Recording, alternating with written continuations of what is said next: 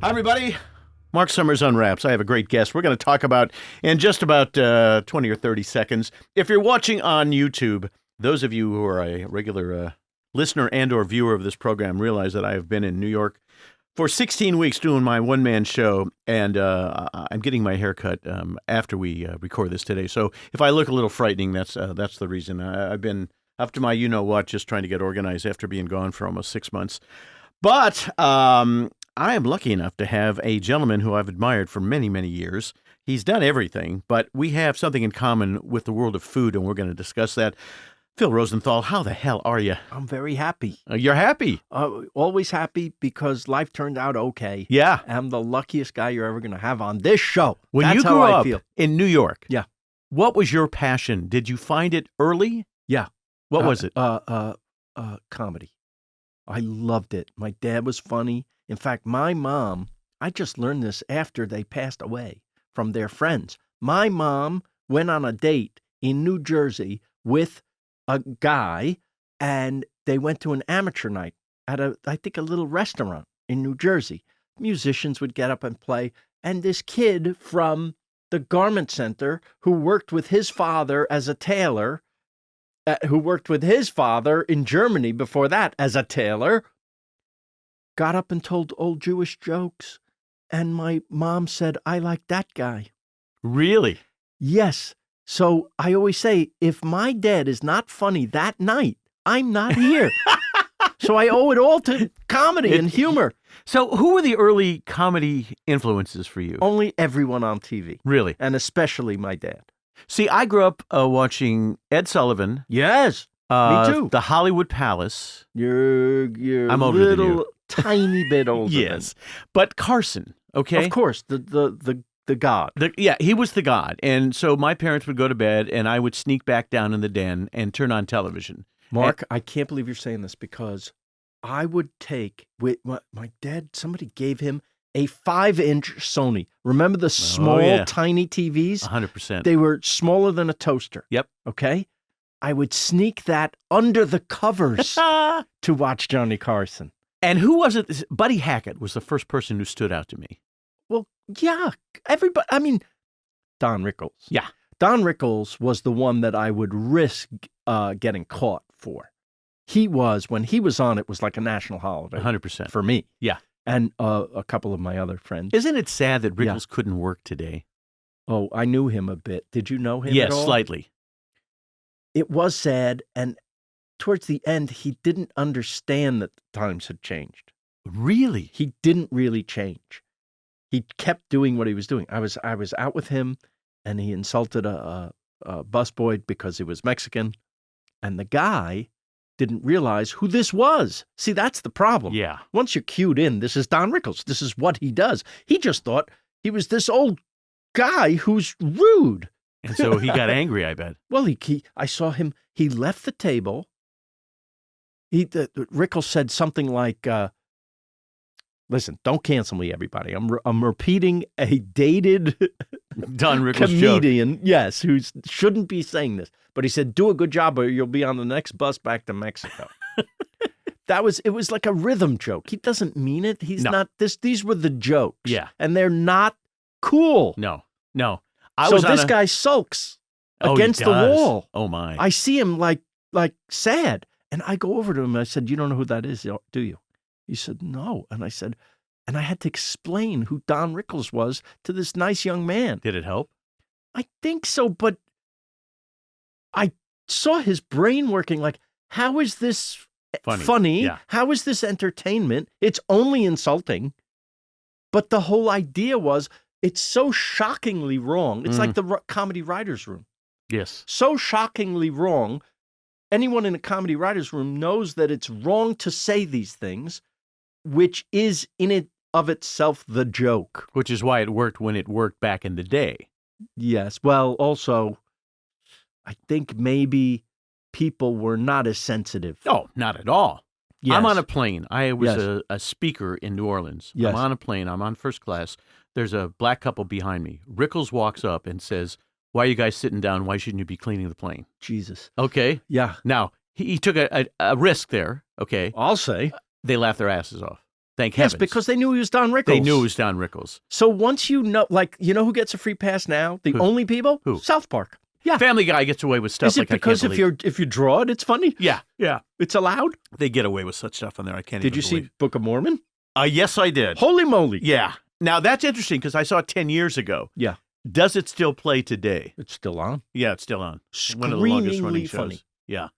You know it's wrong. That's why you're laughing. Yeah. Oh my God, can you believe they're saying this? Yeah. That's what's funny about it.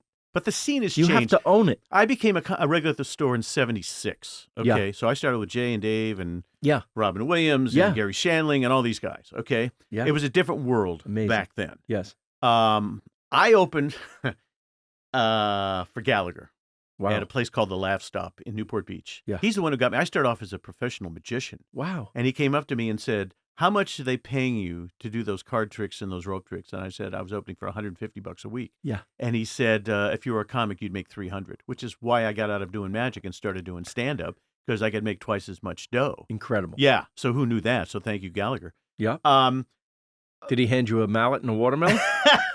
no. But it was funny. He did say to me, "Get rid of those props." I said, "Get rid of those props. You're a prop act." That's why I wanted you to get rid of Yeah, them. probably so. So back in the day, stand-up wise, Yeah. watching Ed Sullivan, Yeah. Jack Carter was on all the time. Yeah. Jackie Mason. My favorite, I guess, was Alan King. Loved. His, Loved.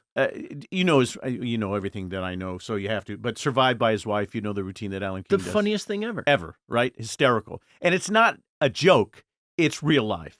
And nobody was better at that than Alan King. At pointing out the obvious Yes. stuff that's available to everybody. It's like these jokes were hiding in plain sight, In plain sight. and he found them. Jerry Seinfeld is a master at that. Yes. It's all about constructing it so that it plays as jokes. Yes. Which is not easy. So No. you started off acting, I found out. I did. Tell me about So that.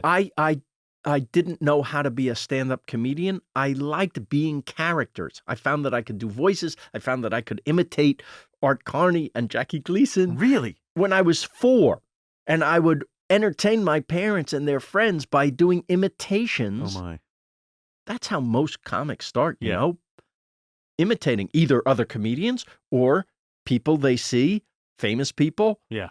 And when you see a comedian imitate a famous person, you go, "Oh, I'll imitate that imitation." Yes, yes. Right? Yeah, I was doing Ed Sullivan As a because that's how child. Will Jordan, Exactly. do that kind of You stuff. go, "Oh, I didn't know that you could imitate him until I saw somebody do it." Isn't it interesting that there are very few impressionists? I don't know if there are any impressionists. There's one kid out there who's doing everybody, mostly Yes. political. Yes, and the guy on SNL who does Trump and does those. Who's He's amazing. amazing. The thing that's interesting to me, I was just doing a one-man show in New York, and Yes. Ben Stiller came to my show. Yes. And I had interviewed his dad when I had a talk show on in New York and got that to him. And the fact that there's no teams anymore, those things have sort of disappeared when you think about it. I think you're right. I'm trying to think who's a team. Nobody. I don't remember the last. Key and Peele? Yeah, kind of, but they're not really a stand-up. And they're not a team anymore. No, they really aren't. But remember, Stiller and Marin and yes, of course. were like hot. They were on Sullivan every 20 minutes. Yes. And who was a guy who was a writer over at CBS? Well, Nichols and May changed everything. They were, brilliant. And started that whole team situation. Certainly Martin and Lewis, you could go on. But it doesn't exist anymore. I'm not sure why that is. But also, if you go to the store today, somebody just sent me a video, young lady who's just starting. And one of the things I learned quickly was if you don't work clean, the odds of growing your act, at least TV-wise, although I don't know that TV is as important, Johnny could make or break you. But I don't think any of the late-night shows have that ability anymore. Do you? No way. No. They don't have the impact. But TikTok does. Yeah, doesn't that make your head explode? Literally, you can have one joke. Yeah. One meme. And 1 billion people see it. I guess. Yeah. And it can change your life. For 10 minutes. Yeah, for 10 minutes. Yeah. What's the continuity and how long will it last? Yes. So what was the acting that you did? Were you doing Broadway, off-Broadway, TV? Oh, God, Broadway. Oh, my God. Mark, all I wanted to do was be funny on stage and be different characters. So the only outlet for that in school is to be in the school play. So I was in the school play, The other reason I was in the school play was to avoid getting beaten up by the sports guys. And it's such a cliche. It's not even funny. The humor was the self-defense. Yes, always. Right? And the only way I was going to get a girl to talk to me. Really? Of course. Look at me. Well, then look at me. We're both in trouble. But that's the cliche, right? Yeah. If God doesn't give with both hands, right? So Yep. I got a little bit of the funny thing. So I do that, and now I'm a big star in high school. Such a big star, they encouraged me to go to college for this. So I go to Hofstra University to study theater. And I don't have to tell you, when you graduate college with a BFA degree in theater, the whole world is open to you. Oh, yeah. So I move into New York and realize, hey, nobody called New York to tell them what a big star I was in high school. I am. So I struggled for years, until some friends of mine and I wrote a show for ourselves to be in. And that became a hit off Broadway. And then What was it called? it was called Tony and Tina's Wedding.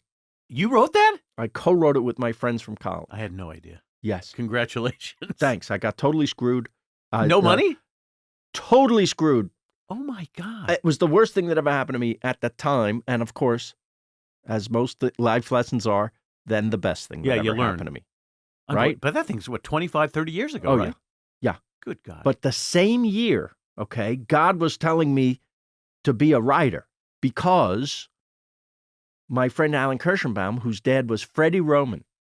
Remember What? that name? I used to see Freddie all the course. time. Catskills on Broadway. On Broadway. Brilliant. Okay, so I grew up with Oh, my okay. God. in New City, New York, Rockland County.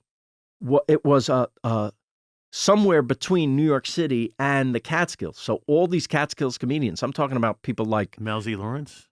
I'm not sure he lived there, but Morty Gunty, Oh, my. Myron Cohen, I loved. right? Brilliant. There was something in the water. I don't know what it was. Oh, my God. But these are, neighbors. Then went to synagogue with my folks. Hilarious, right? So Alan says to me, let's write a screenplay. Went to high school with him. I know him since I'm, 13 years old. Really? And he says, let's write a screenplay. He's already a writer. I'm only interested in being a character actor. We write a screenplay. Now, I had $200 in the bank in 1988. We sold the screenplay immediately. To who? HBO for $70,000. What was the show? It was a movie. It was called Schulman. It was about a suburban detective, and we wrote it with Alan Arkin in mind. And did you get Alan Arkin to do it? Here's what HBO said after they bought it. Who do you see in this role? And we said Alan Arkin. And they said, Alan Arkin doesn't open a movie, and it was dead. So they paid you the dough and it never happened? They paid us the dough first because they liked the script. Yeah. Until we said, we see it for Alan Arkin, and then they lost interest completely. My. 6 months later, our agents call us and say, there is someone who picked up the script and would like to meet with you, likes the script. We said, who? They said, Jerry Lewis. This was 1989. Oh, my I think, God. Mark, if you look up the opposite of Alan Arkin in the dictionary, Yeah, there's you find Jerry Lewis. So you We- met with Jerry Absolutely had to take that meeting. in Vegas?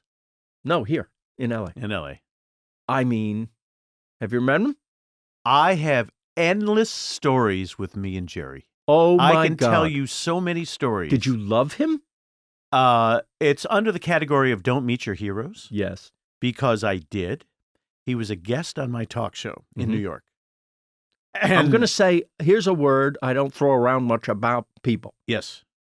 A little pompous, maybe? A little teeny bit, you think? He went out of his way to embarrass me so many different times in so many different ways. That's sad.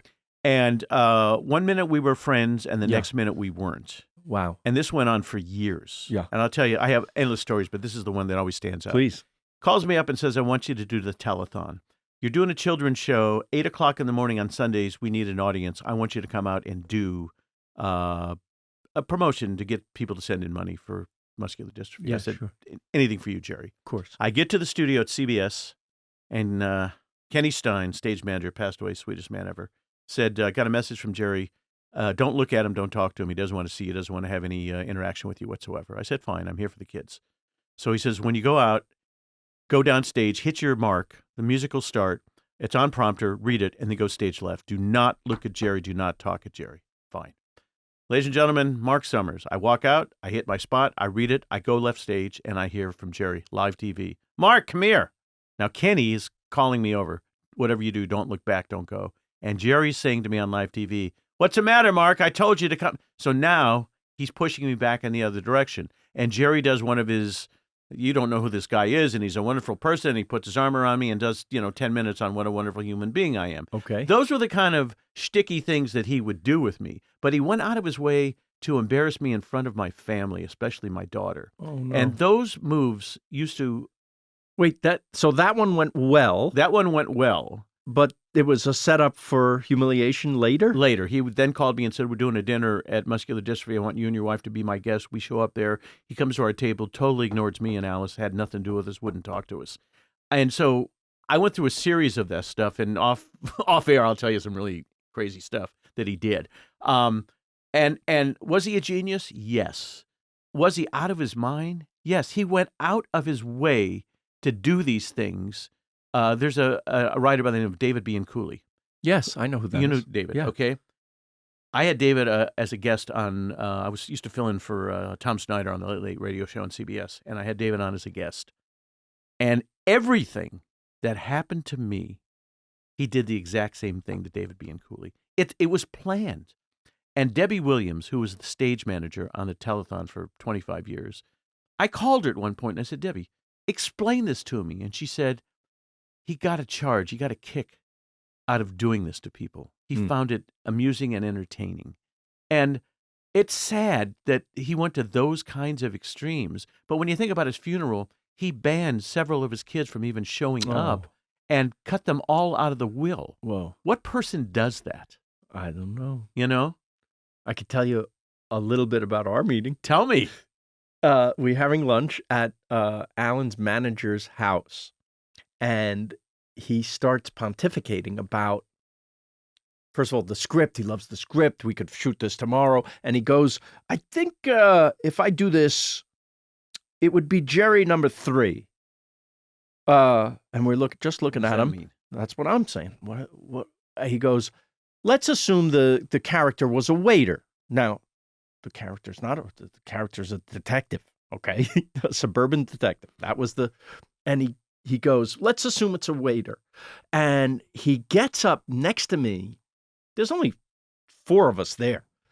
He puts a napkin over his arm like he's a waiter in a fine restaurant. He goes, Jerry number 1 would be like this. Oh, can I help you? Blah, like this. And he knocks over my water, and he knocks over his chair, and he goes to pick it up, and he drops something else, and he spills something else. And, well, he's the Jerry Lewis that we know from the movies, Yep. okay? And he goes, now, Jerry number 3, which is how I see this character, is like this. And he puts the napkin back over his arm, and he resets my water and his chair, and he goes, may I help you? Oops, excuse me. And he knocks over the water slowly. Oh, I'm sorry. And he knocks over the chair slowly. So Jerry number 3 is everything Jerry number 1 is, but in a slower. softer sort of. And of course, I then... Yeah, who's Jerry 2? Not as fast as Jerry 1. But faster than Jerry A little 2. faster than Jerry 3. Oh, my God. So there's 3 speeds of the genius. You know who he was best friends with? Belzer. Okay. And, we all know about that movie that we've never seen where he played the clown in the concentration camp. Somebody saw it. I know people who've Belzer seen saw it. But, where is that? We could sit here. Somebody has it. I'm Somebody sure we could must. find it. Do you really want to see it? Yeah, well, no, I don't. I don't think so. So did Jerry obviously didn't do the movie. No, he said, somebody mentioned traveling, and I think I mentioned Paris. It's so beautiful. And he goes, Paris, hey, that's my room. Yeah. Paris, the French, they'll finance this in 1 second. No, they won't. They won't. I have a theory about why the French loved Jerry. Tell me. Do you have a theory? I never understood it. Because the Jerry character, Right. Jerry number 1, Right. to the French is a parody of Americans. It's how they might see Us. certain tourists. Interesting. And they love that. A parody of Americans. Well, when you think about what he and Dean did, and you go back to the typewriter stuff, and Yeah. I mean, growing up on those movies. Well, when you're a little kid, Yeah, it there's was a brilliant. man acting silly. Yeah. And you love it. You Yeah. don't care who it is. Right. You certainly don't know his personality in real life. You don't care. No. You no. don't even think about it. But later on, I have another theory. This is just me theorizing. I'm not saying he was never funny. Carl Reiner said the funniest thing he's ever seen in his life was their act at the Copacabana. Really? Dean Martin and Jerry Lewis, the screaming laughing. Now, I think Dean, for my money, was that brilliant. funnier than Jerry. I love Dean Martin. Me too. He was amazing. So dry. He could do anything. The drunk act Yes. of being this devil-may-care, For 50 years. with a cigarette in one hand. I mean, the suavest, funniest, Yeah. just subtle, sly, the opposite of Jerry. Opposite, but brilliant. So Jerry, I think most people thought that in The Nutty Professor, the professor was Jerry number one. Mm-hmm. This guy. Mm-hmm. And when he transformed into the suave, hip, cool guy, that was Dean. A parody of Dean. They thought that. I think Oh, my. that was really his inner personality. That's who he wanted to be, was that. And that's why he might have been not so nice to you. Because Fascinating. that's really who he is. Wow. Boy, we could discuss this Buddy all day Love long. is really who he is. Buddy Love was the real Jerry. I in think your theory. that's my theory. Right. Having spent an afternoon with him. Right. You mentioned Carl Reiner. When I was in college, I called up Steve Allen and said, I'm doing a documentary on what makes people laugh, which wasn't true. And got a meeting with Steve Allen. I was 19, 20 years old, came to his office in Burbank. I thought I had died and gone to heaven. Yeah. And my last question to him was, who's the funniest person you ever saw? Mhm. And he said, there's a guy that is brilliant. You've not heard of him, but you will hear of him someday. His name is Albert Brooks. All the guys, Carl said, as a child, He was funny. at 13, he would coming over to the house because Rob Reiner was his best friend. Best friend. He would come over and kill Yeah. Carl, Mel, Larry Gelbart, these heroes. Whoever was there. And Carl remembered in his 90s the bits that young Albert did in the house. Unbelievable. I mean, I remember him doing those Tonight Show bits where he had never practiced them before. The gonads that man had to go out and do things on the Tonight Show for the first time. You saw the documentary that Oh, Rob yeah. made? Brilliant. There's one thing wrong with that documentary. Which is? They have clips of Albert doing stuff, and they don't play the whole clips. Yeah, I want it the drove whole me clips. nuts. Yeah, but it's okay. The film would be 4 hours long, which would have been fine with me. Yeah, I would have loved it. I want the whole clips. I want everything. I I want wanna everything the guy's ever done. It's Love him. unbelievable. Well, we've got to come back and do one all on comedy. There's other questions I have. You mentioned before you came, a good friend of mine, Mike O'Malley, called me and said, "Ask Phil this question: Oh, Is it true that you asked your writers on your show to get into arguments with their wives so you'd have stories to write about? True or not true? 100% true. Go home, get in a fight with your wife, come back in and tell me about it. It works, apparently, huh? Listen, I was stealing that idea from Carl Reiner. He didn't say that exactly. No, but the Dick Van Dyke Show was so much of what happened with the writers. He said to the writers on Dick Van Dyke, what happened at your house this week? Yeah. And I think I'm doing a show about Husband my and wife. family. Yeah. What I didn't know about the characters in Ray's family, I filled in with the characters from mine. This is the best way to run that show, is to take from life. Ray's whole stand-up got great when he started mining his life. His life. Instead of just observations Right. that most comedians make. Well, the classic Mary Tyler Moore opening up the boat and inflating, I guess, was Yes. a true story. Amazing. Yeah. Oh, I mean, on the Dick Van Dyke on the show. Dick Van Dyke Yes, show. yes, Yeah. yes. You know, and that's where, I mean, once again, probably the most brilliant, even more than I Love Lucy, laugh every time, even though I've seen them all 35 or 40 times. I mean, just brilliant. Dick Van Dyke. Yeah. And then I thought Mary Tyler Moore show was even better. Did you really? That to me is the peak of sitcoms. Okay, I thought was it- a I thought page it on the got- Mary Tyler Moore show. What? Yes. It's where I met my wife. Oh, And what was it about that show that stood out to you? the writing, the acting, the directing. It was like seeing a great play. Jay Sandrich directed all those. Great director. Yeah. Jim Brooks. Yeah. 100%. Ed Weinberger. Yep. These are my heroes, became my friends. I couldn't believe how the show grew. I don't know when you were a page there. Started in 73. So they've So been you're on a in year. like, they'd been on a little. Yeah. And how long were you there? For about a year. Okay. It got even better. Yeah. They ran 7 years Yes. and left at the top of the game. Yes. They left on their terms. And the classic ending when they were all Wonderful. bunched up and moved together was fantastic. The writing, the characters, just for example, the way they used the Ted Baxter character, Yes. where they're having an important scene about something that mattered. Ted would interrupt the scene Yes. about something really stupid Yes. and kill you, and you realize, oh my God, the genius of that. They set up the serious scene so that this guy could come in. And be a buffoon Exactly. and work. That's the reason for the scene. Right. And That's the reason for the show. 100%. Was to get these incredible laughs. And, I think the best single episode of television in Is? sitcom world is when Chuckles the Clown dies? Exactly. Yeah. Yeah. Not Little song, only little was dance, it little seltzer in your pants. not only was it about an existential issue, Right. but you got to see Mary was always kind of the center of the show with all the crazy around her. Mhm. You got to see what a brilliant comedian she was in that funeral scene. She was fantastic. And of course, when she was Fantastic. cracking up, Betty White on that show Unbelievable. was brilliant. Well, every single character Yeah. could have had, and some of them did have, their own show. Yes. Yes. Great spin-offs there.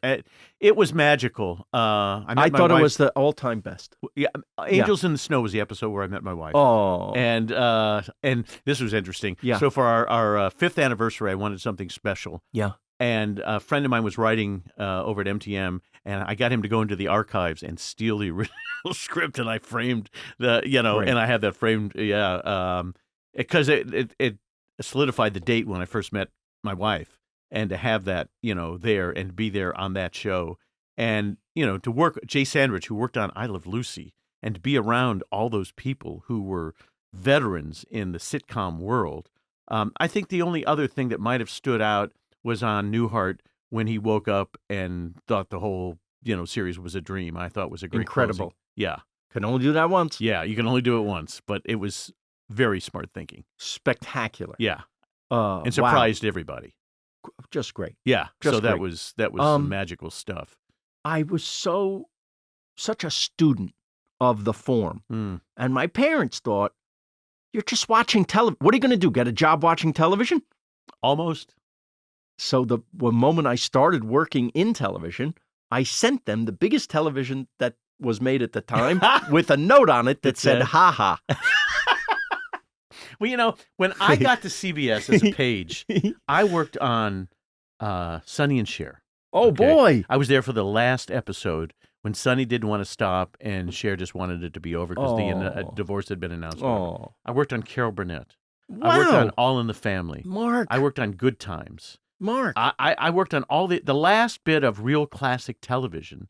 I got to be a teeny part of Yeah. because I got to meet Norman Lear and work with Norman Lear on so many different things as the head page, and to see how Carol O'Connor was and how they got rid of the audience because he didn't want to interact with the people. So what they would do is they would record it without an audience, and to do the warm-up, they would, on Maude, they would show the episode of All in the Family, Record those the, laughs. those laughs, because he didn't want anybody in the studio with him anymore. He got to be this cantankerous guy, Carol O'Connor, which was very sad. I can smell the difference in those shows. Oh, 100%. I mean, Right? the beats are just a tad Yes. off. Yeah. And it just wasn't the same show. And then when Edith died, Yeah. I actually hated Yeah. them Yeah.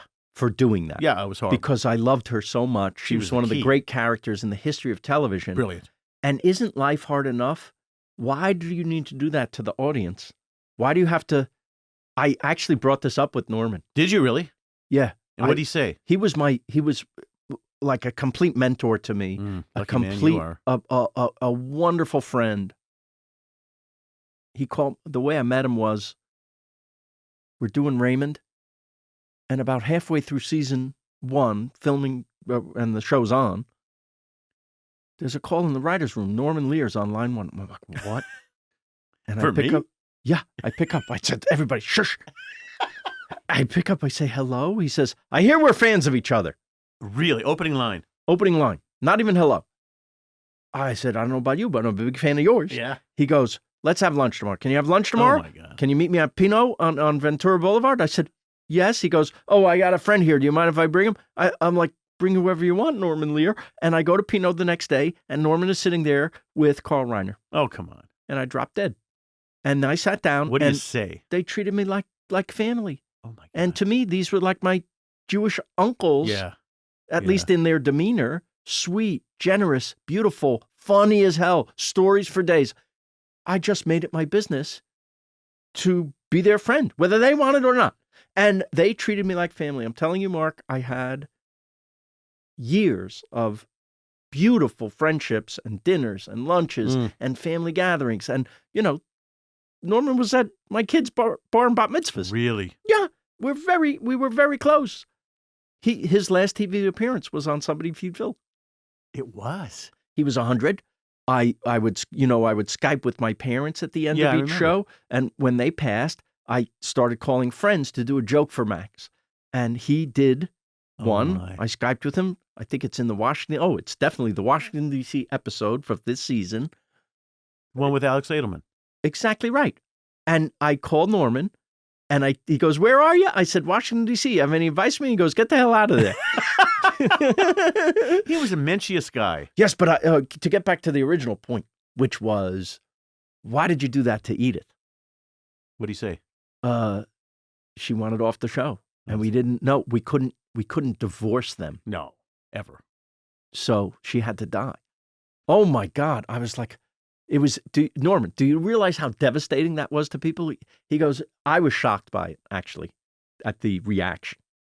Oh, my God. I mean, America loved her. The thing that's interesting is, Yeah. So when I worked with Lear in the 70s, and fast forward the tape, I was at a restaurant in Santa Monica for Mother's or Father's Day, and he was there, and I went over and said, you probably won't remember me, but I used to work with you on Good Times. And he said to me, let me ask you a question. Did I treat you nice? Oh. And I said, yeah, you always treated he was always a class act. Yes, he was. And when I had this obscure little talk show in New York, and I got to interview Carl Reiner, Yes. all these guys were the nicest humans ever. It was something about that old school group of people that, I don't know, just were kind. It's just a lesson, isn't it? Isn't it? And they were fun. They were funny. They were entertaining. Yes. They didn't want to, when Jerry Stiller said to me, doing this show reminds me of the old Tonight Show when I used to do it with Johnny back in New York. I thought, well, that's the best compliment I could have ever gotten in my entire life, that he had experienced the world, and I was pretty new doing the talk thing, and he compared me to doing the Tonight Show. Good God. And so you got closer with these people, and you got to have them at your bar and bat mitzvahs of your kids and whatever. And I'm sure there are many people who feel the same way about you, that if indeed you would call them up and say those same things, that they would fall apart the way you fell apart. Oh, no. Yeah. That's Norman Lear. I understand. Do you understand that there's television can be divided into two parts, BN and AN. Yes, before and after, right? Yeah. All the Family changed everything. It changed everything, 100%. And now we've regressed. And you couldn't do that show today either. I was just part of the Austin Television Festival. Salute to Norman. They did a Salute to Norman this year, and they read 2 scripts out loud. And I got to play Walter in Maude in the abortion episode. Oh, my. So here's what I learned from Norman. When the abortion episode hit the air, no one said anything. There was no controversy. No one said it. Okay. It was on the repeat that the right wing said, let's rally around this. They're going to show this thing that okays abortion. And we're going to make this, Norman's been a pain in the ass to us for a long time now. Let's get him. So that's how that happened. That's where the controversy came from. Okay, so you know a lot about comedy. Here's one. The classic Sammy Davis Jr. episode. Love. You were there? Were you there? I was not there. Oh, no idea. Bill Dana. Wow. Isn't that nuts? Wow. Bill Dana, The comedian. the comedian, Jose Jimenez, wrote that script. My name, Jose Jimenez. Yes. Another thing you could not do today. No. No. But he wrote that. And when you think about one of the more classic episodes of that show, Spectacular. it was amazing that Sammy came and at the end kissed Archie, and the look on Archie, it was, and by the way, Sammy came up with that. He wanted to do that. To kiss him. Yeah, to kiss him. So many great moments in that show. Oh my God. The act break line before the first commercial. Which is? Sammy, first Archie tells the family, now listen, he's got a fake eye. Don't mention his eye. Whatever you do. The audience is like, Jesus, whoa.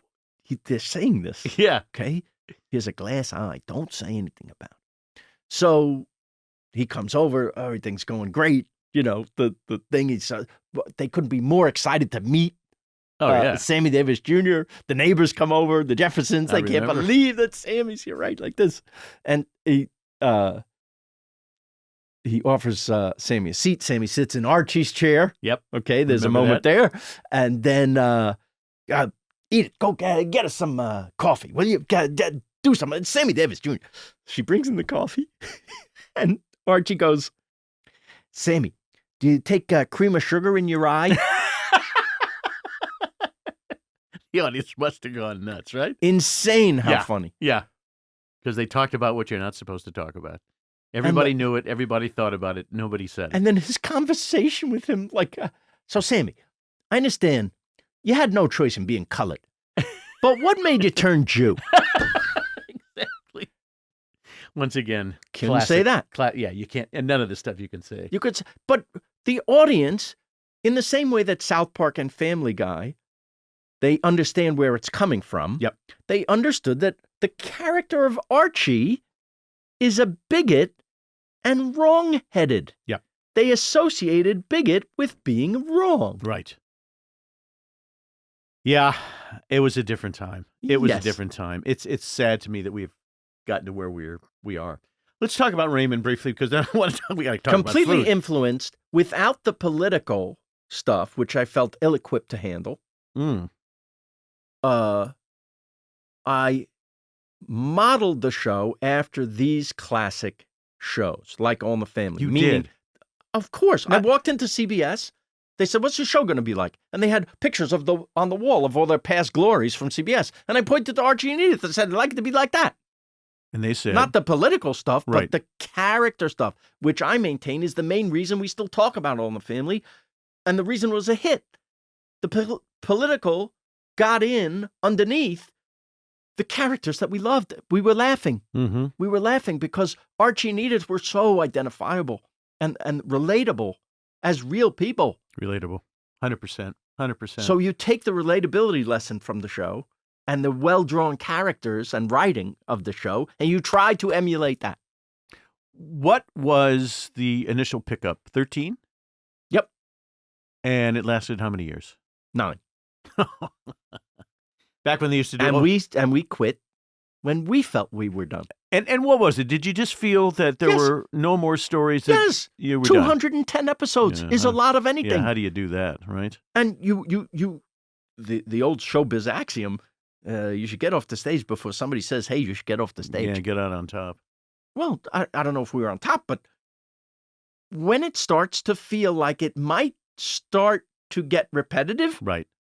time to go. Once again, I worked with Doris Roberts on Soap. You did? Yes. And She wasn't a regular. yeah, oh, sure she was. When? She was Later. No, I was there from season. She was a regular on. I didn't. Oh yeah, yeah. Do you She know I played didn't some- even know this? Oh yeah. She was on Soap. I Yeah, know yeah. she was on it. No, she was a regular on Soap. But keep I in got mind, we had a cast of thousands on that Yeah. show. But Catherine yes, Hellman. Catherine Hellman. We had on Raymond. And the best, the best, Loved the her nicest so woman. much, Very sensitive, very spiritual woman in so many different ways. and so beautiful Oh, on my that show. God. Oh my God! I loved her. And now I'm doing warm-ups on that show, okay? Yes. Now, there are times, as you know, as a guy who's exec produced big shows, things go wrong. Of And you're course. out there for 30, 40, 50 minutes. And after you get done showing pictures of your kids, I had Billy Crystal, Yeah. Jay Johnson, Right. And All in that show. That's right. on that show, and I had John Biner. Oh, unbelievable. Okay? Yeah. So when You I could go to them. all the time. So Billy would do his Muhammad Ali back in the day, which Can't was do that anymore. no, but he was brilliant. Yes, he was. Doing that. He did it in front of Muhammad Ali He at a did. roast, I remember. And was amazing. Yeah. I look at that online often. Yeah. Jay Johnson was next to Danny O'Day and some of those guys we grew up with, was an amazing ventriloquist Yes. and played. But John Biner, who I grew up with watching the Ed Sullivan Show. Of course. And, his whole thing is he said he would tune Ed Sullivan by the words, and now you know. And now you know. And now you know right here on our show. And he would break into that. But he could do anybody. Didn't you? I miss these times when the talk shows had a cast of characters that became a family. Well, Steve Allen started that. Right? Yeah. That Louis these comedians, Nye we knew all these comedians. We knew, and it made the show a party. Before it was just a revolving door of promote your thing. Yeah. Here's my movie. Here's my TV Here's show. the biggest star we could get to promote their thing. Yeah. Yeah. And Johnny hated Bob Hope. I mean, all those stories are out there now because, I could tell you Bob Hope's story as well. But, we caught the tail end of real show business. Did you meet Johnny? Oh, yeah. Absolutely. I interviewed him when I was 15 years old. Come on. I was on a radio station in Elwood, Indiana, where I grew up in Indianapolis, WBMP, and he was playing Clues Hall, and I got to go to the press conference and interview him. And I, was shaking, and I started off as a magician, and I brought a deck of cards so and a did trick he. called the Linking Rings. Yes. And started to talk about magic with Johnny when I was 15 years old. Yes. Now, fast forward the tape, I'm working at NBC on the Mac Davis show, Yeah. and I would sit over there in that corner by the green room and watch Johnny do that over and over and over again, and met him a few times, and he was always, I'm not going to say standoffish, but he wasn't the warmest and fuzziest man ever, but, to be in his presence was pretty amazing. I did get to meet him. I got to meet him 8 years after he went off the air, and nobody saw him, right? He was like our Greta Garbo. Yeah, where were you? When he went away, I directed the President of the United States, Bill Clinton. Oh, with Clinton. I remember when you did that. So I made that video. Was that for the White House correspondent? Yeah. He saw it. He told a friend of mine who was a writer for him back in the day, and he still had lunch with Johnny, Tony DeSena, calls me the night after that thing plays. It was the first time a sitting president did an intentionally funny video, okay? And I got to write it with the guys in the White House and direct the President of the United States in the White House while he was president. Must have been nuts. I went home and I said to my wife, if you tell the most powerful man in the world what to do and he does it, doesn't that make you the most powerful man in the world? And my wife said, pick up your socks. Of course she did. So Tony says, a friend of mine saw the video and wants a copy of it. And I said to him, you want to have lunch with the guy who made it? And Johnny said, yes. So do you want to have lunch with Johnny? I'm like, are you kidding? Where'd you go? We went to Shotzi on Main. On Main. Because Johnny's office was upstairs. Was above it. Yeah. So I was a little ballsy. I asked if I could bring somebody. And it was a thing. It was like because he wanted me, we were going to go have lunch on his boat. Oh, my. But if I was bringing somebody, couldn't be on the boat. I don't know why. Room for 4 on the boat, not 5, whatever it is. So lunch at Shotzi on Main. I was like, I don't care where, but I had to bring Ray Romano. Because to you and me, it's Johnny, the king of late night. To a comedian, especially Ray, this is a meeting with God. Yeah, 100%. And, Did you bring Ray? Yeah. And what was that like? We had 2 hours with Johnny, and he was sweet as could be. He looked fantastic. Well, remember, no one had seen him for 8 years. No. He looked exactly the same. I will never forget it. It was this year, 2000. He was wearing a yellow shirt, a yellow sweater, white pants, like he just came from the club, had a nice tan. He had a tiny bit of old man voice, a tiny bit, but that went away as he spoke over the course of the lunch. Wow. And he would do bits. We were practically the character from SNL, the guy who goes, remember when you said this? That was great. And would he break into it? Yeah. Oh, my. Such as? Remember when Ed was drunk that afternoon? Oh, yeah. and we used to imitate this. I know Joan Embry. He goes, it's all right, Ed, it's all right. He goes, don't say. We would always say, don't say. And we're doing Ed, and he's doing his part. He's doing his part. And I remember when he said to Ed, it. you don't think you're fooling anybody. Exactly. Right? And he said that at the lunch. He did. I mean, Ray and I went home and wrote down every single thing I could remember about that lunch, which I did not do with the President of the United States. Right. And because Johnny was bigger. What is the rationale? Yes, when you think about it, there have been several presidents. Yeah. There's only one Johnny. Never been replaced. Listen, I loved Letterman. Yeah, the best. I love Stephen Colbert. I think Kimmel does an amazing job. Yeah. I think Seth Meyers is fantastic. Yeah. They're all great. They're all good, but not what Johnny was. Different time, once again. I got to be on Colbert last year. Oh, you did? I had a list of things. You have the pre-meeting with the producer. Topics. What do you want to talk about? I have a list of things that I give to moderators when I do the live show. You can pick anything you want. I'm in this now 35 years. I can talk about things. People. Yeah. Look at Jerry. We just brought that up. I have a story. You have a story. You've been doing this way longer than me. The stories in our heads. We need these shows because we can't sit with them. No, exactly. Exactly. So, of all the things, 30 years worth of stories, Stephen wants to talk about Johnny because of what I just told you. Yeah, they all do. The only one who doesn't is Dave, because Dave had the closest relationship. He doesn't need your story about Johnny. He has his own. He has his own. He lived as close to any talk show host could possibly. See, and also, Dave Johnny was really kind to Dave. Yeah, well, he wanted Dave to have the job. We all know that, Michigas. I know. Dave was from Indianapolis. I was from Indianapolis. Yes. And so we used to play racquetball. Probably the most intense and best racquetball player ever in my life. David Letterman. David Letterman. Amazing. Yeah, he played to win. He played to win and hit the ball harder than any human should be allowed to hit. Yeah. Him and Jeff Altman. Really? I could never beat either one of them. Dave was an executive producer on Everybody Loves Raymond. I was going to ask you about that. How did that happen? Okay.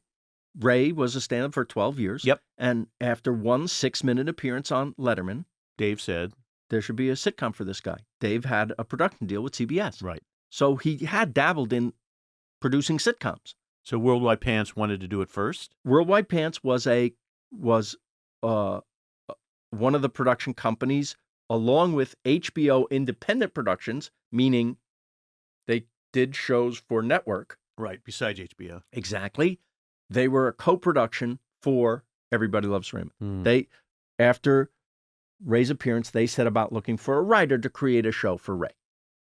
And I meet with Ray, and he tells me about his family, not intending for it to be a show. In fact, he'd love to do a show kind of like Seinfeld because he's a stand-up. Yeah.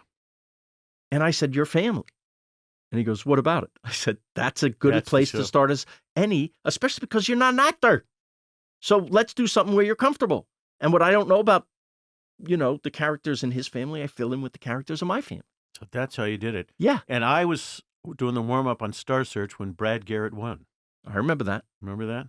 Yeah. Unbelievable. World's tallest Jew. Yeah. I was selling a house at one point, and he came in and looked at it. He didn't buy my house, but it was the funniest ever. He came in and just made fun of everything in my house. By the way, have you seen his stand-up? I've seen his stand-up many times. In Vegas? In Vegas. He is brilliant. Rickles. Yeah, he is. And he gets does away with that. He not always. Yeah, most of the times I've seen it. He's been pretty comfortable. Oh, he's comfortable. Yeah. He's fine with who he is. Yeah. He's brilliantly funny. He's one of the funniest people in the world. I agree. But listen, I've seen also people walk out. Really? Yes, because he does Rickles. He doesn't care. No. He's got so much confidence. My favorite story is the people on those, what do you call them? Those scooters in Vegas. Right. They ride like motorized, look like tricycles. Yeah. Okay. So there's a couple of those in the front, and he right away goes for them. Of course. And they've had enough.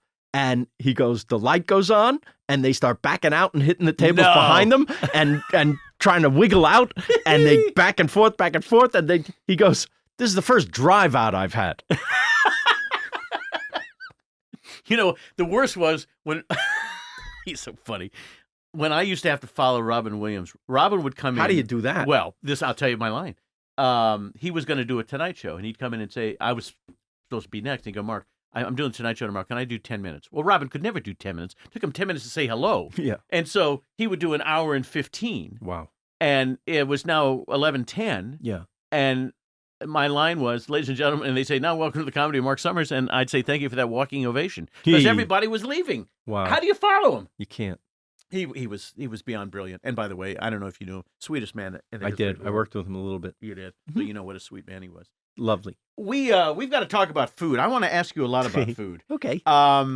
So I worked at the Food Network for 20 years. And when I first started there, I was doing a show called It's a Surprise about surprise parties. I did Unwrapped for many years. But I became an exec producer of a show called First Dinner Impossible and Restaurant Impossible. And I knew nothing about food when I started over there. Okay. Very little. Yeah. And so I was sort of a learn-by-doing kind of guy. Okay. I watch your show, and this is, tell me if I'm interpreting this correctly. You're everyman. Are you an expert on food? I don't think you are. No. I got I'm to work. a tourist. See, that's the feeling I get. Look, I'm not name dropping, but Bobby Flay is a dear friend, Michael Simon, all these guys I have worked with at Food Network have become close friends, and they've educated me about the food world. Yes. My feeling is you go where you want and eat what you want. You're not an expert on any of this stuff, but you see it through the eyes of 99 and 100% of America. I'm trying to learn about it because I love it. Yeah. Yeah. And but I'm not an expert, and I never will be an expert. But why food? How did this whole thing develop? You started on PBS. I like it. You like And I also know, to me, travel is the main point of the show. Yeah. And the meeting of the people. That's the main point. I'm only using food and my stupid sense of humor to get you the real message, which is I think the world would be better if we could all experience a little bit of other people's experiences. So food is the way in. Why? Because, number one, I like it. Number two, you like it. And we all eat. And it is the great connector. Food, I always say, food is the great connector, and then laughs are the cement. If we share a meal together, we're, first of all, no matter you speak the language, you're on the other side of the fence from me, we're at least not killing each other. Right. We all relate to it. There's relatability again. We all love to eat, and if the food is good, we really love it. Now we're in a good mood. And if we share a smile or a laugh, now we're friends. Scotland you did. Yep. Haggis. Yeah. Do you eat anything? I will try anything. And is there anything you say, I'm not doing that? I didn't eat an iguana in Mexico. I'm applauding you for that. Did they have, like a fried iguana or something? I'm having this meal. It's in the show. This moment is in the show. We leave everything in. Some people say, are there bloopers? I'm like, I am the blooper. I'm sitting at the counter. The chef it's one of those places where the chef is right there, right in front of you, cooking in front of you and giving you. So I'm sitting with a nice lady, and we're having... Lady! There's a lizard on the thing. I'm having a wonderful meal. Phenomenal. But I heard that there might be iguana. And I say to her, are you going to have iguana? If they have it? She goes, I was thinking about it. Are you going to have it? I said, I don't know. We're like the kids in that Life cereal commercial. I'm not going to try it. You try it. Let Mikey try it. That's right. So the chef hears us and says, oh, you would like iguana? And I look at her, oh no. And she goes, it's here. And she points to a bowl on the side of the counter. And there's an iguana in it, a cooked iguana, like blackened. But you can see like it's been in the... Well, you see the curly tail and the big body and then the face like this, right? And I'm like, oh my what do I do God. Now? And she says, if you would like it, it will take another half hour to prepare. And I'm not proud of this, but I said, oh, look at the time. Oh, good. Yeah, you got an out. Yeah, that was my out. And you know what she said? What? Oh, if you don't have time, how about this? And she pulls from under the counter a bowl of moving, living beetles. No. And I don't want to insult anybody's culture or heritage or, God forbid, offend anyone. But what flew out of my mouth at that point was, oh, no. And I ran away. And you ran, as I would have. Yeah, there's certain things that at some point... No, because I'm just a guy. Yeah. I don't want to eat bugs. Right. But if they're served to me, I think it's my job to try them. But I'm certainly not Andrew Zimmern. I'm certainly not. Andrew will eat anything. You know how I sold the show? No. I sold it with one line, at first to PBS. Which was? I'm exactly like Anthony Bourdain if he was afraid of everything. Oh, and they bought it on that. Because they told me they had been looking for a food and travel show with humor for years. The agents were telling me after Raymond, you should be more hip and edgy, if you want to sell something else. So I tried to write sitcoms, and nobody wanted the Raymond sensibility anymore. They all wanted Friends. Yeah. They wanted pretty people, and they didn't really know what was funny, but just if you hire pretty people, you'll do it. Friends was the exception to the rule. They were, yeah. And now we were getting at that time imitations of Friends, right? And rougher shows.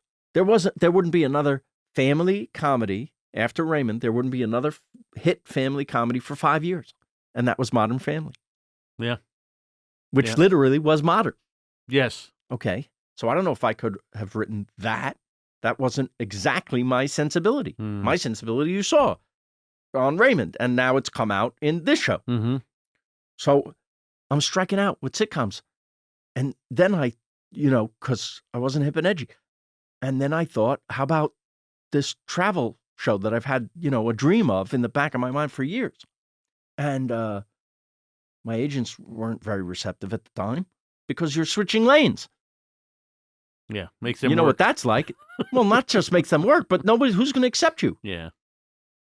And I said, where would you even do this show? I said, I was thinking PBS. Why would you say PBS to us? There's no money at PBS. I said, because on PBS, I might be hip and edgy. Yep. Right? And it worked. But only for a year. By the way, they refused to let me go to PBS. They said, you're not going there. You're going if you're going to insist on doing this, let's go to the Travel Channel. So I meet with the head of the Travel Channel. And I swear to God, he said this to me. We've done some research and we found our audience doesn't really like travel. Yeah, it's true. And I what said, they do now oh on my, Travel what are you going to do? They do ghost stuff. Well, at the time he goes, we're going to do travel adjacent shows. Yeah. I said, what does that mean? Yeah, he said, pimp my RV is a good example. Is that what it was, really? He said, yeah, that we're going to, he says, you understand? I said, I think I do. You're going to pimp an RV, but you're not going to go anywhere? He said, that's right. So I leave and I said, can I go to PBS now? And they said, no, now we go to Food Network. Oh, well. I meet with President of Food Network. He says, we're kind of getting away from the food thing. What do you mean with Bob Tushman? I don't know. They want shows that are food adjacent. Yeah. You know why? Because they're owned by the same people as Travel Channel. Yeah. So everything's adjacent. Everything's adjacent. And they want food competition shows. They just want fighting. Yeah. Okay. From the time Raymond ended to the time I was on PBS was 10 years. No. Yes. I never realized that. Yes. I did a couple of other things, but I kept trying to pitch this show in between. 10 years. 10 years it took to get that show. So ask me, was it worth it? Hell yes. Of course. Oh, my God. But listen, everyone who wins an Oscar, yes, they get up there and they hold up the Oscar and they go, took 10 years to get this movie, right? Yeah. That's just how it is. If you care about it, you keep doing it. You will make it. Why? Because it becomes your priority. I saw my first Broadway show when I went with a Temple confirmation class to New York from Indianapolis, and I saw Fiddler on the Roof with Herschel Bernardi. The greatest show ever. Ever. And I could not get it out of my mind. I was 14 years old. Right. I was 72 before I got to do my off-Broadway show. Oh, man. But I stuck with it. Was it worth it? Oh, my God, yes. Because you love doing it. 16 weeks. Oh, beautiful. Now they want us to tour it. Don't know if I want to do that, but... well, I tour with a live show now. Yeah, people come. We show a little highlight reel of Somebody Feed Phil. I come on stage with a moderator. I tell these funny stories. Who's the moderator? Doesn't matter. Whoever the local person is. You should be one. I should. You're very good. So I tell funny stories of showbiz and making Somebody Feed Phil, and then I open it up to Q&A, and I have a ball. I bet you do. We played the Beacon Theater. You played the Beacon? Yes. When did you play the Beacon? 2 months ago. Really? And then the Chicago Theater. 3,200 people came. Yeah. Oh, my God. I can't even believe. I'm living a dream. Yeah, you are, right? Exactly. That's how I feel. I mean, the fact and they're so lovely. It's the reason to do it is to meet these wonderful people who like what you do, who wouldn't love. The Alex Edelman thing, his show was brilliant. One of the greatest one-man shows ever. You know, I mean. And HBO did a beautiful job. The director did a beautiful job of capturing it for film. So anyone, you got to see Alex's one-man Broadway show. He's winning a Tony this year for Yes, this. special Tony. Right, because that's how great it is. It's called Just for Us. Yep. Alex Edelman, Just for Us. And Don't if you can miss see it live, although he says he's not doing it anymore.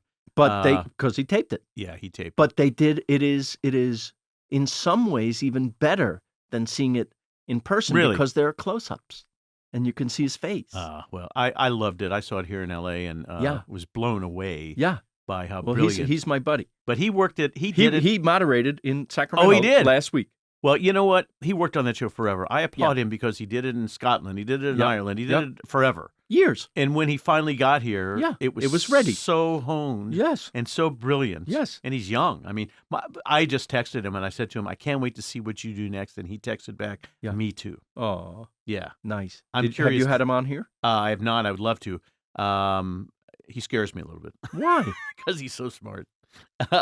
You want smart people. Yeah, I do want smart people. I love the guy. Would you rather have a dumb guy? No. Like no, today? Not at all. No, you're not. Do you have a favorite chef? The first one that came to mind was Nancy Silverton. Oh, well, of course. Here in California. Brilliant. So you know what I'm doing here, right? No. I'm going to have a diner. So I invest in restaurants, mainly because I'm not very bright. But You want to lose money quick. What other restaurants have you I invested in? support the arts. Wow. I'm in like 25 restaurants Really? because I love chefs and I love what they do. Yeah. And my only criteria is, do I like this? Do I love this food? Not trendy, not hip and edgy. Do I love this food enough to have it again? Do I want to have this again? So are you opening here in L.A. somewhere? I'm going to have a diner Where? on Larchmont, which is my neighborhood. Okay. I think diners are very important. Yes. I And think Larchmont's a place to do it. the center of a community is the diner. Yes. Maybe we wouldn't have so many problems if we had places for people to congregate and make friends and be friends, right? And be neighbors. Let's be neighbors. What's the menu? The menu is classic diner food, just elevated by having Nancy Silverton as the executive chef of the restaurant. Well, how did you pull that off, my friend? That's brilliant. We've been friends since back when I met her at Jar, you know that restaurant? Oh, yeah. So she used to have something called Mozzarella Mondays because she was friends with Suzanne Track, the chef and owner of Jar. Yes. So I invested in Jar. She told me my friend Nancy from La Brea Bakery is coming to pull fresh mozzarella and make dishes behind the bar on Monday. So Monday became my favorite night of the week, and I would sit at the bar, and not only was I eating the most delicious food I ever ate in my life, but I'm meeting and talking to and getting to be friends with Nancy, who's the sweetest, greatest person ever. Then I heard this is like rehearsal for this new place that's going to open called Mozza. Yeah, her and Mario Batali initially opened together. Exactly right. Yep. And they didn't need investors. No. But I grabbed her leg and wouldn't let go until she let me invest. So I did invest in that. Nice. Cut to however many years later, I tell her this idea. She goes, I want to do it. For the one reason is she also loves diner food. Second, she lives in the neighborhood too. And she would like to make the neighborhood better also. I didn't know that. And the best part, it's going to be named after my parents. It's going to be called Max and Helen. Oh, how sweet. That's fantastic. Yes. So when is that opening? Hopefully mid-fall. Can't wait. We're waiting for permits from the city. Oh, yeah. If anybody works for the city listening, could you step on it a little bit? Because I've had the lease since January. I mean, oh, my. I'm paying the rent for so a what place. are you replacing over there? A Greek restaurant that went into the takeout business on 3rd Street called So you're near Le Petit Paramount. Greek. You're near the studio over there, so that's good. But the neighborhood is so nice. It's just walkable. Yes, but I don't like the gentrification of the neighborhood, Yeah, and I I know what don't you like mean. that they're getting rid of mom and pop places Yeah. to put in stores. Some of them, Too upscale. yeah, Yeah, I know what you mean. It's amazing. Have you been to Bobby Flay's restaurants in Vegas? not yet. You got to go. He's got an Italian and a French restaurant that are to die for. Vegas is incredible, and I'm not even talking about the Strip, No, I'm talking about the restaurant. off Strip, Everybody. unbelievable. It's just like what we found in Orlando this season. Incredible immigrant population. Your Orlando show was really good because my Thanks. feeling was Orlando has the worst food in America. I once had, You would assume. You would assume. But I watched that episode, and now I actually want to go to Orlando. I swear to God, Mark, some of the best food in America. Yes. Why? Because Disney's been there 50 years. Yeah. Disney has employed tens of thousands of immigrants over Yes. those 50 years. They've set up their own communities and brought their cultures and cuisines Finally. with them. Yep. And you can have some of the best meals you've ever had. I've been back twice since the You show have? and had meals that I wish I could have recorded for the show. Oh, my. So, yeah, that motivated me. Have you ever eaten at any of Marc Vetri's restaurants? He's my buddy. Yes. He's the best. That Fiorella in Philly, I don't I was miss just that. going to tell you. I don't miss I it. was just there twice. I sit at that Okay. counter, Oh, my and God. it's the happiest place You on sit earth. at Not that counter. Yes. And it's the best pasta I've ever had in And my they're making entire it right in front of you. It's fresh and hot and delicious. Marc Vetri is the sweetest man in the history of the world. When I used to live in Philly, and have you been to the new pizza place named after his father, Salvi? Where's that? Pizzeria Salvi. It's in the Comcast Center. It just opened. You probably haven't been there yet. You got to go. But that hotel, the Yes. Four Seasons Philly, Yes, I think it may be the nicest hotel in America it right is. now. And this is right next to it. Unbelievable. Yeah, so you got to go there. But Fiorello, and there's one in Vegas Oh. now. So Marc's food is brilliant, and probably, I mean, it's hard to pick a favorite. Bobby Flay, Michael Simon, Marc Vetri, probably my three favorite chefs. I'm leaving out too many other people. I have so many favorites. Oh, my It's God. not even fair. What's your favorite food? Italian. Yeah, see, pizza's my favorite food ever. That is my single favorite. Yes. So But I was just I love all the. This is pastas. why I'm doing a diner. I love a burger. I love a tuna melt. Right. I love comfort food. Right. That's my go-to Me too. when I'm not being fancy schmancy Yeah. pants. Marc Vetri's cacio e pepe is the best cacio e Oh. pepe I've ever had in my entire life. He's amazing. But so now, so I was in New York for 6 months. There are so many amazing pizza places now in New York. I mean, the pizza's always been superior there. Although I lived in Boston for a while. Can and I tell you where else Where? it's amazing? Where? L.A. Where? has Mark. You Where? haven't been paying attention. Well, I You've haven't been up in Montecito. Yeah. You need to come down. I'm going to take you for pizza. We have, I'm going to say 20 No. that I would stack up against New York. No. Some of the best pizza in America right now is in Los Angeles. No, There's we're going. Quarter Sheets. There's Apollonia. That's Pizzana. I don't There's know any- Mozza. Oh, that pizza I go started, to all the time. I that love that started the craze, Yeah. right? Mozza. There's oh my God, But Pizzana Prime. is There's good. there's. place. Oh, we got to go. 'Cause I you could know keep going. better than me. And they're as good as New York, huh? Yes. Really? Yes. Interesting. Wow. That I got. Well, we got Don't be a New York snob like I used to be. Yeah. Well, they opened this new place. Well, they were in Brooklyn. Now they opened in the West Village called Le Industry. Phenomenal. God. Phenomenal. It's Now, great. It's great, but when I'm not pissing on New York No, no, pizza. no. I'm just saying LA is having a moment right now, Yeah. pizza moment. Yeah. Ed Levine came. You know Ed? No. He started Serious Eats. Okay. And it was a review for New York Times and other things. He wrote the book on pizza. He was blown away by the LA Really? pizza scene. Yes. Wow. Also, by the way, Yeah. have we talked about bagels?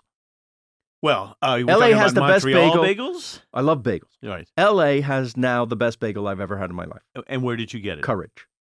I keep hearing about this place. I got to go. Come on. I got. I keep hearing. But you got to stand in line forever, right? Not me. I'm going with you then, because I heard the line and then they run out, and you're out of luck. It's run by this lovely young married couple. That's what I They're hear. so sweet and so great, and I fell in love with both of them. And because they're artisans, they really care about it. They don't want to spread out, they want to maintain quality control. Well, I heard. I just ate at Barney Greengrass about 1 million Oh, I times love when it. I was there. It's I still my love it. favorite. I love it. You know. What about Russ and Daughters? Oh, yeah. I mean, they may have the best smoked salmon. I agree with you. Yes, they may have the best smoked salmon. It's all good. I mean, New York has this quality that's ridiculous. Gee, I've gone over my time, but I had so many other things I wanted to. So okay. Oh, you know what I want to talk to you about? We're going way off topic here. Your parents. So your mom was German. So is my dad. Yeah. Okay. Then your mom went to France. Explain the story. Ended up in Cuba. Okay, so they're Holocaust survivors. They are survivors. So my dad was in Berlin, and he was there for Kristallnacht. Oy. And they actually got out after Kristallnacht. They How? had some connections, and they got a visa, and they were able to get out. Never heard this story. Okay, and they came to New York. My mother, they tried. They were in. I think they went to. She was from Hamburg. They were captured, I think, in Antwerp and put in a concentration camp in France. Which I didn't know existed. They were happy to help. Yeah, right. But how did she end up in Cuba? Okay, so they were denied entry to the United States after the war. So they were went allowed to Cuba. To get off in Cuba. The happiest time of my mother's life, she says, when she was 11, 12, 13 years old, were her 2 years in Cuba. Really? Pre-Castro Cuba was a friggin' paradise, apparently. It was. There were casinos and music and great food. And right? Have you been to Cuba? Not yet. I'd love to. Yeah. But my mother, the happiest day in our house was when Mom brought a mango home from the supermarket. Yes. Because she loved them so much, and it is the king of fruits. Yeah. I'll fight you. One of my favorites.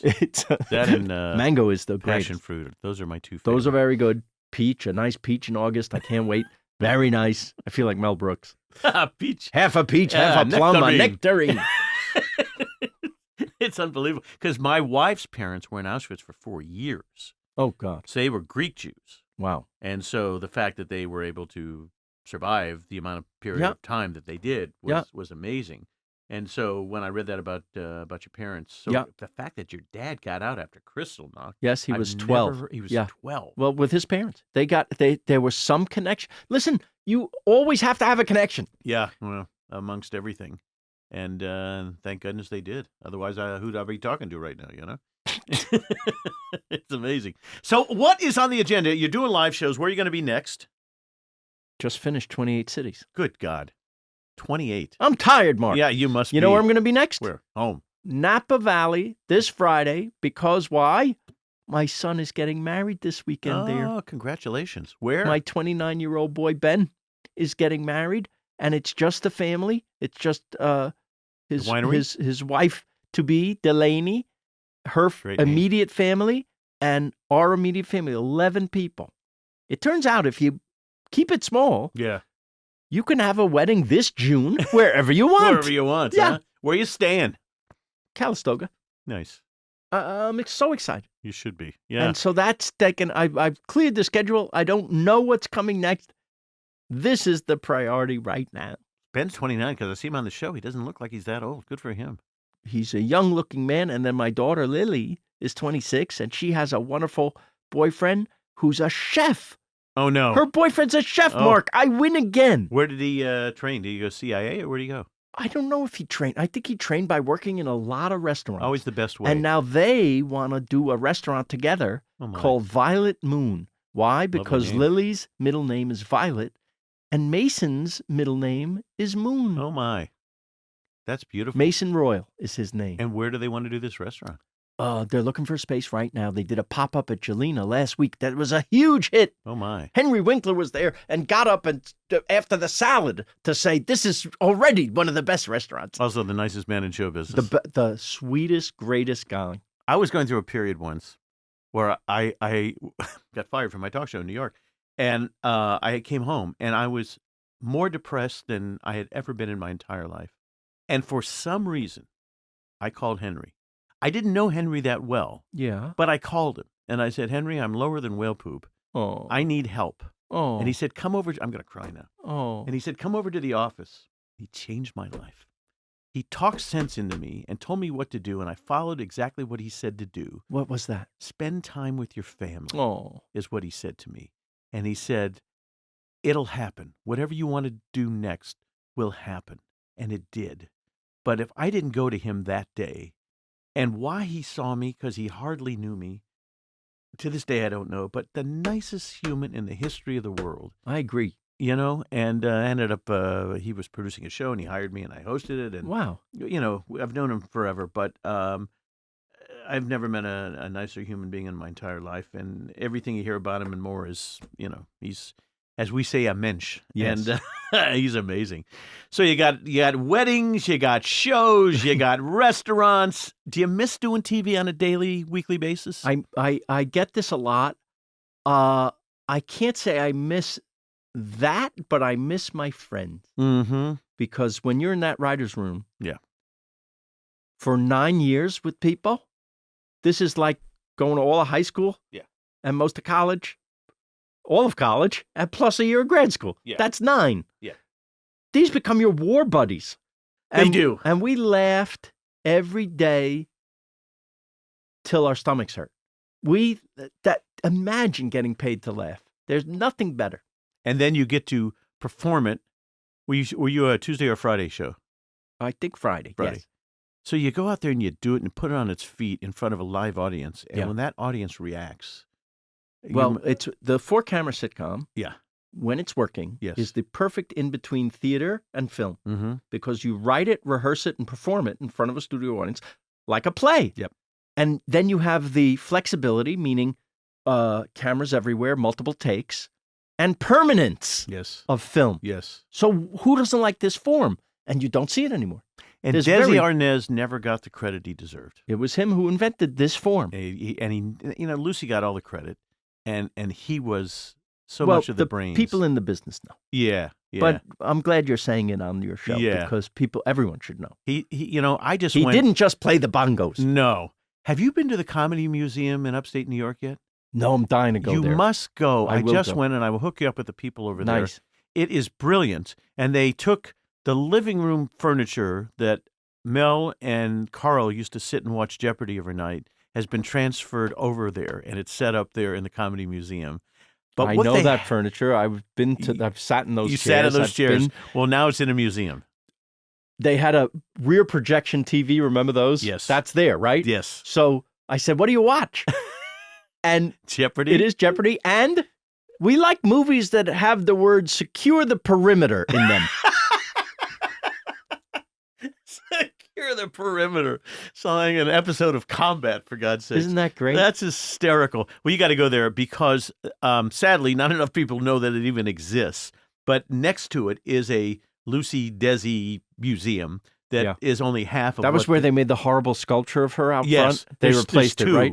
Now there's one that's replaced the ugly one. That was the worst. I never like to say anything bad about anybody. No, but that was frightening. Oh my God! Yeah, it looked like something out of a horror show. Like or they something. were trying to be insulting. Yes, and they were, and they've moved it to a park.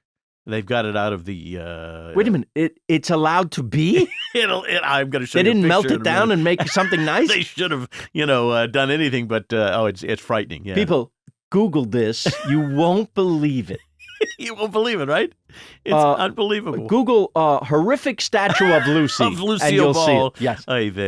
I want to thank Phil Rosenthal for being a spectacular guest. I want to thank Marc for being a spectacular host. And we just had fun going down memory lane. We will be unwrapping other people down the road. Coming up, we have Scott Thompson. You know him as Carrot Top, and a few other great. So stick around. We'll see you soon. Thanks for listening. See you next week. Marc Summers Unwraps is a production of Believe Limited, created by me, Marc Summers, and Jessica Richmond. Produced by Keith Korneluk and Jessica Richmond. Executive produced by Patrick James Lynch and Ryan Geelan. Post-production support from Joshua Sterling Bragg and Believe Limited. Don't forget to subscribe or follow the show on your favorite podcast player, and if you really love it, why don't you leave us a rating and a review? Thanks for listening, and we'll see you next time on Marc Summers Unwraps.